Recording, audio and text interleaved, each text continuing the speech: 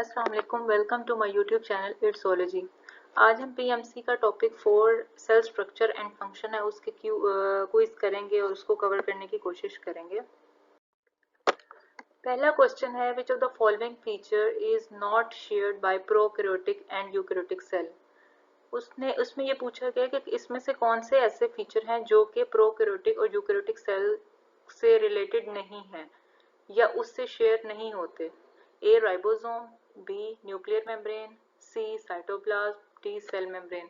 इसका right answer है nuclear membrane, क्योंकि न्यूक्लियर मेम्ब्रेन जो होती है वो प्रोकैरियोट्स में मौजूद नहीं होती, सिर्फ यूकैरियोट में होती है। बाकी सारी चीज़ें जो हैं वो दोनों में होती हैं। और उन्होंने पूछा इनमें से कौन सी ऐसी चीज़ है जो दोनों में मौजूद नहीं होती या दोनों से रिलेटेड नहीं होती, वो न्यूक्लियर मेम्ब्रेन है। नेक्स्ट क्वेश्चन है, smooth endoplasmic reticulum helps to. Smooth endoplasmic reticulum जो है वो किस चीज में हेल्प आउट करती है। A synthesize protein, B prepare food, C detoxify the harmful drugs, D decompose protein. इसका राइट आंसर है detoxify the harmful drugs. Smooth endoplasmic reticulum जो है वो उसका बेसिकली काम ये होता है कि जो हार्मफुल ड्रग्स होती हैं उनको डिटॉक्सिफाई करने का ये काम करता है, क्योंकि इसके अंदर ऐसे एंजाइम्स या ऐसी चीज़ें मौजूद होती हैं जो कि डिटॉक्सिफिकेशन का काम करती हैं। तो वो स्पेसिफिकली स्मूथ एंडोप्लाज्मिक रेटिकुलम से रिलेटेड होता है। नेक्स्ट क्वेश्चन है question number 3, which of the following molecules move regularly from the nucleus to the cytoplasm. इनमें से कौन से ऐसे मॉलिक्यूल्स होते हैं जो कि रेगुलरली न्यूक्लियस से साइटोप्लाज्म की तरफ मूवमेंट जिनकी होती रहती है। ए आरएनए, बी ग्लाइकोजन, सी डीएनए या डी कोलेस्ट्रॉल। इसका राइट आंसर है आरएनए, क्योंकि हमें पता है कि मैसेंजर आरएनए जो होता है या एमआरएनए जिसको कहते हैं वो न्यूक्लियस से साइटोप्लाज्म की तरफ न्यूक्लियर पोर्स के थ्रू मूव करता रहता है। तो फिर इनमें से जो आरएनए है हम कहेंगे कि वही है जो कि मूव करता है न्यूक्लियस से साइटोप्लाज्म, क्योंकि बाद में उसकी ट्रांसलेशन होनी होती है और प्रोटीन्स बननी होती है। क्वेश्चन नंबर 4 है, द 60s and 40s सब units on attachment with each other form. 60s और 40s सब यूनिट जो होते हैं वो मिलकर क्या बनाते हैं। A 100s particle, B 80s particle, C 90s particle या डी 70s पार्टिकल। इसका राइट आंसर है 80s पार्टिकल, क्योंकि ये हमें पता है कि जो राइबोसोम के यूनिट्स होते हैं ना वो 60 वाला जो है वो लार्ज वाला होता है और जो स्मॉल वाला होता है वो 40s होता है, और ये मिलकर 80s के पार्टिकल जो हैं वो बनाते हैं। नेक्स्ट क्वेश्चन है question number 5, which of the following cell organelles cause a decrease in the concentration of organic material in the cell. इनमें से कौन सा ऐसा सेल ऑर्गेनेली है जो कि जो कंसंट्रेशन होती है ऑर्गेनिक मटेरियल की उसको डिक्रीज करता है सेल के अंदर। ए माइटोकॉन्ड्रियन, बी क्लोरोप्लास्ट, सी राइबोसोम या डी गोल्जी बॉडीज। तो इसका राइट आंसर है माइटोकॉन्ड्रिया, क्योंकि आपको पता है कि माइटोकॉन्ड्रिया का काम ये होता है कि इसने एटीपी को जनरेट करना होता है। और एटीपी कब जनरेट होती है, जब ऑर्गेनिक मटेरियल जो हम यूटिलाइज करते हैं या हम खाते हैं जैसे कि ग्लूकोज है वो टूटता है, ब्रेक डाउन होती है और उससे जो एनर्जी रिलीज होती है वो एटीपी की फॉर्म में होती है। तो इनमें से सिर्फ सेल माइटोकॉन्ड्रिया है ऐसा ऑर्गेनेली जो कि कंसंट्रेशन ऑर्गेनिक मटेरियल की डिक्रीज करता है। नेक्स्ट क्वेश्चन है question number 6, which of the following statement is wrong. हमने बताना है कि इनमें से कौन सी स्टेटमेंट गलत है, सही नहीं है, बाकी सारी ठीक होंगी। A fungi have mitochondria, B mitochondrial ribosome resemble more to eukaryotic ribosome, C mitochondria have DNA and ribosome, D mitochondria are self replicating organelles. तो इसका राइट आंसर है mitochondrial ribosome resemble more to eukaryotic ribosome. उसने पूछा इनमें से कौन सी ऐसी statement है जो कि रॉन्ग है। तो जो बी ऑप्शन है ये रॉन्ग है, क्योंकि जो माइटोकॉन्ड्रियल राइबोसोम होता है वो यूकैरियोटिक राइबोसोम से रिजेंबल नहीं करता, वो डिफरेंट होता है। जो राइबोसोम्स माइटोकॉन्ड्रिया में होते हैं वो डिफरेंट होते हैं as compare to eukaryotic ribosome. बाकी चीज़ें ठीक हैं, फंजाई में भी माइटोकॉन्ड्रिया होता है और सी ऑप्शन जो है कि माइटोकॉन्ड्रिया में डीएनए राइबोसोम होते हैं, ये भी ठीक है। और जो माइटोकॉन्ड्रिया सेल्फ रेप्लिकेटिंग ऑर्गेनेली है ये भी बात ठीक है, तो इसका जो बी है वो राइट आंसर है। नेक्स्ट है question number 7, protoplasm of plant cell is A more viscous than animal cell, B less viscous than animal cell, C equal in viscosity to animal cell या डी नन ऑफ दीज। इसका right answer है less viscous than animal cell, कि जो protoplasm होता है plant cell का उसकी जो विस्कोसिटी होती है वो एनिमल सेल की विस्कोसिटी से कम होती है। Next question number 8, which of the following is not the characteristics of prokaryotes, इनमें से कौन सी ऐसी एक कैरेक्टरिस्टिक्स है जो कि प्रोकैरियोट में नहीं पाई जाती? ए एंडोप्लाज्मिक रेटिकुलम, बी डीएनए, सी सेल मेम्ब्रेन या डी सेल वॉल। तो इसका राइट आंसर है एंडोप्लाज्मिक रेटिकुलम, क्योंकि डीएनए या सेल वॉल, सेल मेम्ब्रेन, ये चीज़ें प्रोकैरियोट्स में होती हैं, जैसे बैक्टीरिया है उसमें होती हैं, लेकिन एंडोप्लाज्मिक रेटिकुलम प्रोकैरियोट में नहीं होती, ये यूकैरियोट में होती है। तो अगर किसी स्टूडेंट को कंफ्यूजन हो तो वो पहले ये लिस्ट याद कर ले कि कौन सी चीज़ें प्रोकैरियोट में होती हैं और कौन सी चीज़ें यूकैरियोट में होती हैं, फिर इस तरह से इससे रिलेटेड कोई भी क्वेश्चन आए तो उसका आंसर आसान हो जाता है उसके लिए। क्वेश्चन नंबर 9 है, which of the following organelles is found in the plant cell but not in the animal cell, इनमें से कौन सा ऐसा ऑर्गेनेली है जो कि प्लांट सेल में तो होता है लेकिन एनिमल सेल में नहीं होता? ए है राइबोसोम, बी ग्लाइक्सोसोम्स, सी माइटोकॉन्ड्रिया, डी एंडोप्लाज्मिक रेटिकुलम। तो इसका राइट आंसर है ग्लाइक्सियोसोम। ग्लाइक्सियोसोम जो हैं वो प्लांट सेल में पाए जाते हैं लेकिन एनिमल सेल में नहीं पाए जाते। बाकी राइबोसोम, माइटोकॉन्ड्रिया, एंडोप्लाज्मिक रेटिकुलम ये तीनों एनिमल सेल में पाए जाते हैं।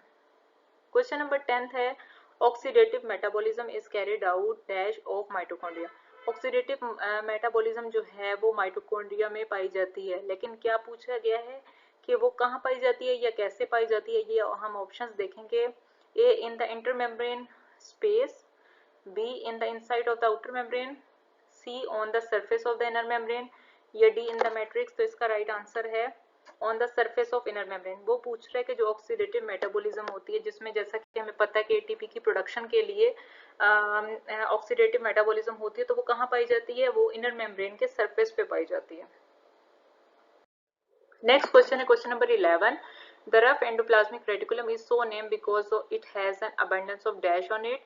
ए mitochondria, B lysosome, C Golgi bodies, D ribosomes. इसका राइट आंसर है राइबोसोम्स, क्योंकि राइबोसोम्स बहुत सारे मौजूद होते हैं रफ एंडोप्लाज्मिक रेटिकुलम के ऊपर, इसीलिए उसको रफ एंडोप्लाज्मिक रेटिकुलम कहते हैं, जबकि स्मूथ जो होती है उसके ऊपर राइबोसोम्स मौजूद नहीं होते।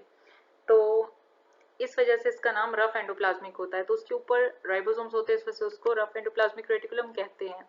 ये उसकी एक रीजन भी है और इससे रिलेटेड ये भी हमें पता लग जाता है कि उसके ऊपर राइबोसोम्स मौजूद होते हैं।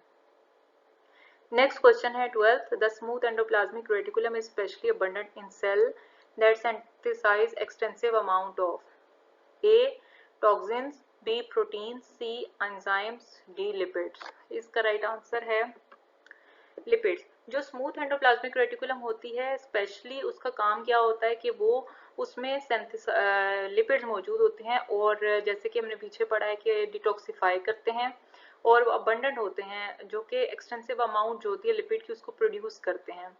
तो बेसिकली स्मूथ एंडोप्लाज्मिक रेटिकुलम कुछ ऐसे एंजाइम्स को स्टोर करता है जिसमें एक्सटेंसिव अमाउंट लिपिड्स की होती है, जो कि आगे डिटॉक्सिफिकेशन का काम करते हैं। नेक्स्ट है question number 13, the complex of sugar polymers and proteins which are patchily distributed on the plasma membrane of animal cell is called A cellulose, B chitin, C glycocalyx या D cytoskeleton। इसका right answer है glycocalyx. अच्छा, इसमें ये पूछा गया है कि एक कॉम्प्लेक्स होता है जो कि शुगर पॉलीमर्स का और प्रोटीन्स का होता है। अब जहाँ बात आ जाती है शुगर और प्रोटीन्स की, और वो भी ये कहा गया है कि वो पैचिली डिस्ट्रीब्यूटेड हैं प्लाज्मा मेम्ब्रेन की सरफेस पे या प्लाज्मा मेम्ब्रेन के ऊपर मौजूद हैं, कि कहीं कहीं पे शुगर के और प्रोटीन्स के पॉलीमर्स मौजूद हैं, तो वो पढ़ते ही याद आ जाएगा कि वो चीज़ें जो कि प्लाज्मा मेम्ब्रेन के ऊपर ग्लाइकोप्रोटीन्स या ग्लाइकोलिपिड्स की फॉर्म में मौजूद हैं, तो वो ग्लाइकोप्रोटीन और ग्लाइकोलिपिड को अगर हम कंबाइंड स्ट्रक्चर देखें तो वो ग्लाइकोकैलिक्स कहलाता है। तो ये उससे रिलेटेड बात हो रही है। समटाइम्स जो स्टेटमेंट होती है वो एज इट इज नहीं होती, घुमा फिरा के पूछी होती है, तो वो इस तरह से ही पूछते हैं। अगर किसी को ग्लाइकोकैलिक्स का पता है कि वो ग्लाइकोप्रोटीन और ग्लाइकोलिपिड की एडिशन को कहते हैं, तो उसको ये चीज समझ आ जाएगी कि शुगर पॉलीमर्स और प्रोटीन्स की बात हो रही है जो कि प्लाज्मा मेम्ब्रेन पे है, तो ये ग्लाइकोकैलिक्स की बात हो रही है। नेक्स्ट है question number 14, substances cross the cell membrane more easily when they are A water soluble, B protein soluble, C lipid soluble या D alcohol soluble।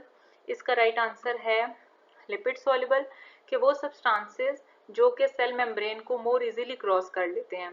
कब? when they are lipid soluble, यानी कि जब कुछ सब्सटेंसेस लिपिड में soluble होने की capability रखते हैं, तो वो उनको इजीली, इसकी वजह ये है कि जो सेल मेम्ब्रेन होती है उसमें ज़्यादा जो अमाउंट होती है वो लिपिड्स की होती है, तो ज़्यादातर वो मॉलिक्यूल्स जो कि लिपिड सॉल्युबल होते हैं वो उसमें से जल्दी क्रॉस कर जाते हैं, इजीली क्रॉस कर जाते हैं। क्वेश्चन नंबर 15 है, the term nuclear envelope is more correct than term nuclear membrane. क्यों? Because A, enclosure has pores which membrane do not. B, the chemical composition is inconsistent with cellular membrane. C, the enclosure is made up of two membranes. D, none of the above. इसका right answer है the enclosure is made up of two membrane. अच्छा, nuclear envelope और nuclear membrane में क्या फ़र्क है? अब अगर हम कहें कि न्यूक्लियर एनवेलप ज़्यादा टर्म करेक्ट है, तो इन्वेलप का क्या मतलब होता है? ऐसी चीज जो कि बंद हो जाए, फोल्ड हो जाए। और कौन सी चीज फोल्ड होती है? जिसकी ऊपर और नीचे की दो लेयर्स होती हैं, वो उसे इन्वेलप कहते हैं। तो न्यूक्लियर इन्वेलप इसलिए करेक्ट टर्म है क्योंकि जो टू मेम्ब्रेन्स हैं उसको इन्वॉल्व होती हैं इनक्लोजर में, बंद होने में, इसीलिए न्यूक्लियर इन्वेलप जो है वो ज्यादा करेक्ट टर्म है न्यूक्लियर मेम्ब्रेन की निस्बत। क्वेश्चन नंबर 16 है, which of the following pair is incorrect. इनमें से कौन सा पेयर जो है वो इनकरेक्ट है? ए, राइबोसोम जो रिलेटेड है प्रोटीन सिंथेसिस के साथ। बी, माइटोकॉन्ड्रिया जो रिलेटेड है फर्मेंटेशन के साथ। सी, क्लोरोप्लास्ट जो रिलेटेड है फोटोसिंथेसिस के साथ। या डी, प्लाज्मा मेम्ब्रेन जो कि ऑस्मोसिस से रिलेटेड है। तो इसका राइट आंसर है माइटोकॉन्ड्रिया जो कि फर्मेंटेशन से रिलेटेड है। अच्छा, बाकी जो पेयर्स हैं वो सही हैं। राइबोसोम्स का काम प्रोटीन को सिंथेसाइज करना होता है, सिंथेसिस करना होता है। क्लोरोप्लास्ट का काम फोटोसिंथेसिस में इन्वॉल्व होता है। प्लाज्मा मेम्ब्रेन का काम ऑस्मोसिस में, लेकिन माइटोकॉन्ड्रिया का काम फर्मेंटेशन में नहीं होता। माइटोकॉन्ड्रिया का काम होता है एटीपी प्रोड्यूस करना, इसीलिए ये जो पेयर है ये इनकरेक्ट है। नेक्स्ट है question number 17, which of the following properties is incorrect for both mitochondria and chloroplast। इनमें से कौन सी ऐसी प्रॉपर्टीज हैं जो कि इनकरेक्ट हैं माइटोकॉन्ड्रिया के लिए भी और क्लोरोप्लास्ट के लिए भी? मतलब ऐसी एक प्रॉपर्टी जो कि दोनों के लिए इनकरेक्ट हो, वो कौन सी है? ए, both have electron transport system. B, both are present in all cells. C, ATP synthesis. या D, both are double membrane structure। इसका राइट आंसर है both are present in all cell. ये जो दोनों हैं ये कहा गया है कि माइटोकॉन्ड्रिया भी और क्लोरोप्लास्ट भी, ये दोनों जो हैं वो ऑल सेल्स में पाए जाते हैं, तो ऐसा नहीं होता। ये वाला जो ऑप्शन है ये गलत है। बाकी सारी चीज़ें जो हैं वो माइटोकॉन्ड्रिया और क्लोरोप्लास्ट के लिहाज से ठीक हैं कि इनमें इलेक्ट्रॉन ट्रांसपोर्ट सिस्टम भी होता है, एटीपी की सिंथेसिस भी होती है, डबल मेम्ब्रेन स्ट्रक्चर होते हैं, लेकिन ये ऑल सेल्स में नहीं पाई जाती। क्वेश्चन नंबर 18 है, eukaryotic cells are more efficient than prokaryotic because their internal compartmentalization. Eukaryotic cell जो है वो ज़्यादा एफिशिएंट है as compare to prokaryotic cell because इनका जो इंटर कंपार्टमेंटलाइजेशन होती है उससे आगे हमने बताना है कि वो क्या होता है। ए, allows for specialization through the subdivision of particular task. B, makes each compartment nutritionally independent of all others. C, allows for specialization through merging of different tasks. या D, reduces overall cell size। इसका right answer है allows for specialization through the subdivision of particular task। अच्छा, इससे related एक बात यह है कि जो यूकैरियोटिक सेल होते हैं वो एफिशिएंट होते हैं ज़्यादा प्रोकैरियोटिक की निस्बत, क्योंकि जो इनके इंटरनल कंपार्टमेंटलाइजेशन होती है, इसका मतलब ये है कि उसके अंदर का जो स्ट्रक्चर होते हैं वो इतने ज़्यादा एडवांस होते हैं कि वो स्पेसिफिकली हर पार्ट के लिए एक अलग टास्क रख देते हैं, जो कि प्रोकैरियोट में नहीं होता। इसलिए ये ज़्यादा इसको मोर एफिशिएंट और मोर पर्टिकुलर बना देता है किसी चीज़ के लिए।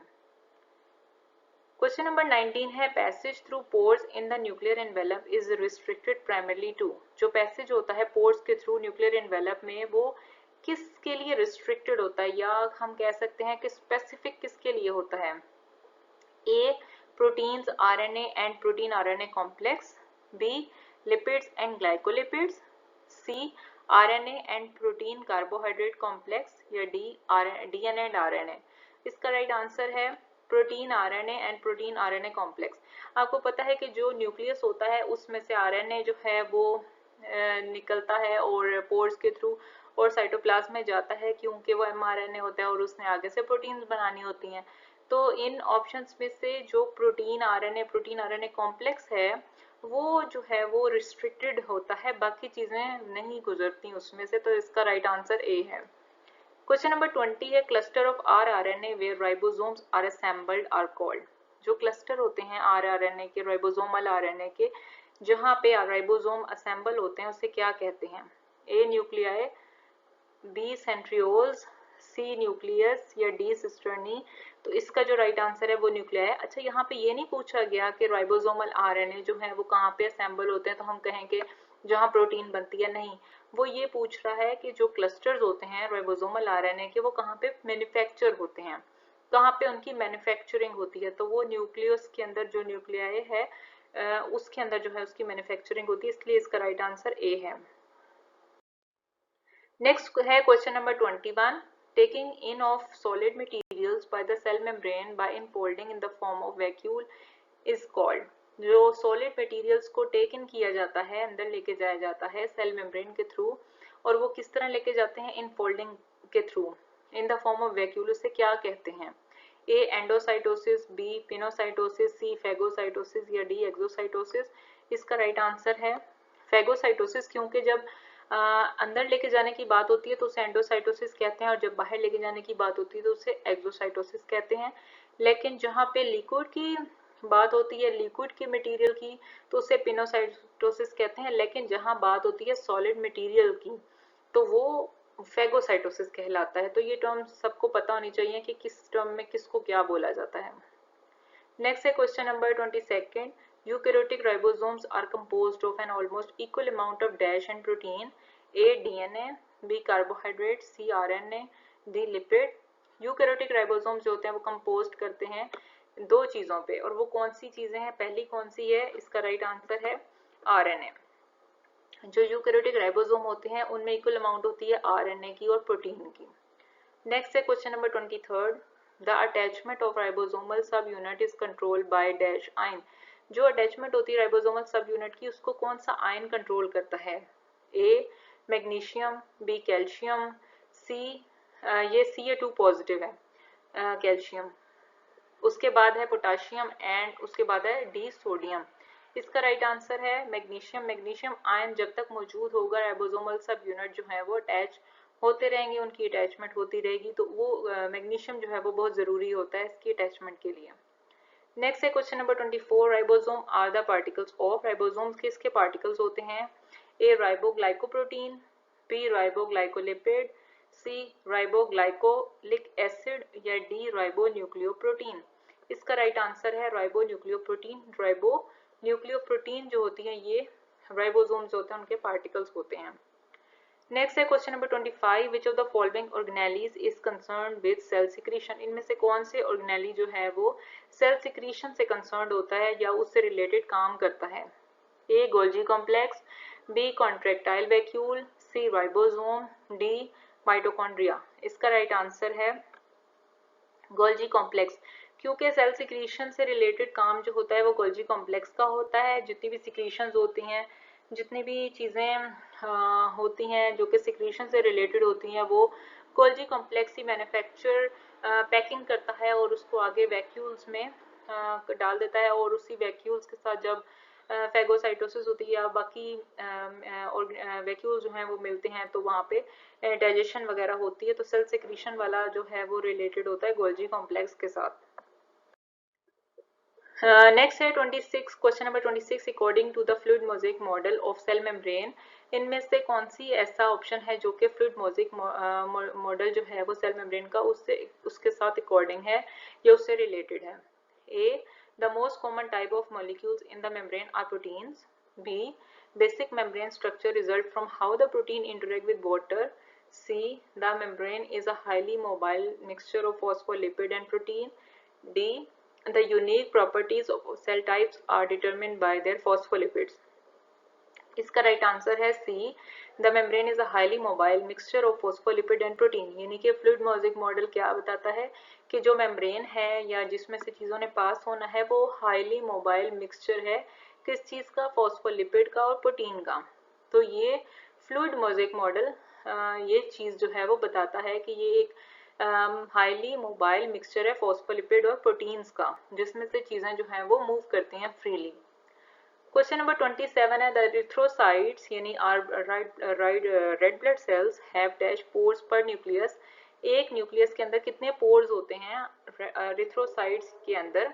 ए 3000, बी 3 to 4, सी 30 to 40 या डी 30,000। तो इसका राइट आंसर है 3 to 4, यानी एक न्यूक्लियस के अंदर तकरीबन 3 से 4 पोर जो हैं वो मौजूद होते हैं। नेक्स्ट है question number 28, each cell of frog contain dash autosome. हर सेल जो होता है फ्रॉग का उसमें कितने ऑटोसोम होते हैं? ए 18, बी 24, सी 26, डी 48। हर सेल जो होता है फ्रॉग का उसमें कितने ऑटोसोम्स होते हैं? 26 ऑटोसोम्स होते हैं। क्वेश्चन नंबर 29 है nucleus is only visible when the cell is in dash stage. Nucleus कब विजिबल होता है? जब सेल कौन सी स्टेज में होता है? A non dividing, B dividing, C active, D both A and B. तो इसका राइट आंसर है डिवाइडिंग। जब सेल डिवाइडिंग स्टेज में होता है, उसने डिवाइड होना होता है, तो फिर उस वक्त क्या होता है कि जो सेल है वो उसका जो न्यूक्लियस है वो विजिबल हो जाता है और उसके अंदर डीएनए जो है वो थिक हो जाता है क्योंकि उसने डिवाइड होना होता है। क्वेश्चन नंबर 30 जो कि लास्ट क्वेश्चन है, a certain cell organelles which is made of double phospholipid bilayer that has many large pores in it is most likely। एक सर्टेन सेल ऑर्गेनेली जो है वो कौन सा है जो कि डबल फॉस्फोलिपिड बाइलेयर भी है और उसमें पोर्स भी हैं? तो वो कौन सा है? ए न्यूक्लियस, बी प्लाज्मा मेम्ब्रेन, सी माइटोकॉन्ड्रिया, डी साइटोस्केलेटन। इसका राइट आंसर है न्यूक्लियस। न्यूक्लियस वो ऑर्गेनेली है जो कि डबल फॉस्फोलिपिड बाइलेयर मेम्ब्रेन भी रखता है और उसमें पोर्स भी होते हैं क्योंकि मूवमेंट होती है, तो इसका राइट आंसर है nucleus. Thank you so much. अगर आपको इन एमसीक्यू से रिलेटेड कोई क्वेश्चन हो तो आप प्लीज़ मुझे कमेंट करें और अगर आपको मेरी वीडियो पसंद आई है तो इसे लाइक शेयर और सब्सक्राइब ज़रूर करें।